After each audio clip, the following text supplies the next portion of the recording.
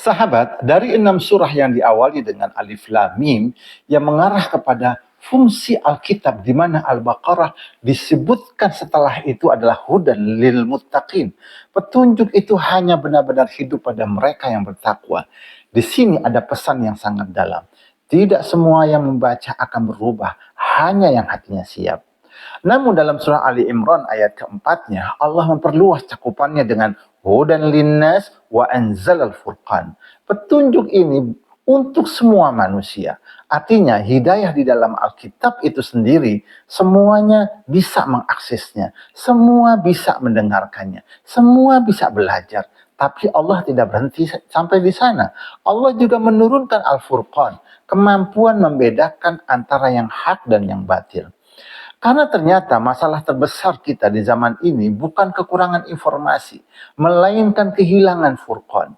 Kita hidup di zaman di mana semua merasa benar, semua punya dalil, semua punya narasi, namun sangat sedikit yang benar-benar mampu membedakan mana kebenaran sejati dan mana sekedar suara yang paling keras.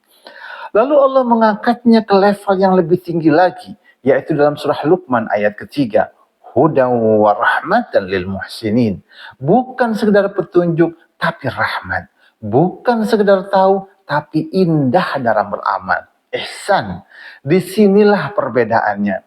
Muttaqin, mereka yang menjaga diri, kemudian memiliki furqan yang mampu memilah dengan jernih hingga mencapai derajat muhsinin. Mereka yang dapat menghadirkan kebaikan yang menenangkan.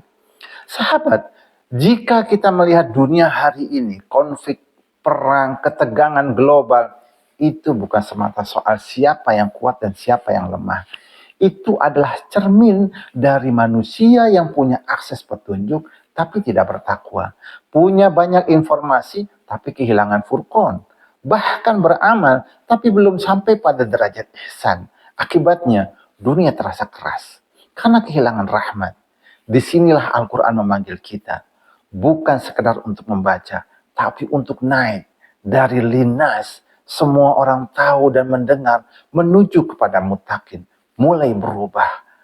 Kemudian naik lagi ke level furqan, mulai jernih melihat persoalan, hingga sampai pada muhsinin menjadi rahmat bagi sekitar. Karena dunia ini tidak kekurangan orang yang berbicara. Dunia kekurangan orang yang jernih dan menenangkan. Dan perjalanan itu tidak boleh dimulai dari luar, tapi dimulai dari satu tempat yang sering kita abaikan, hati kita sendiri.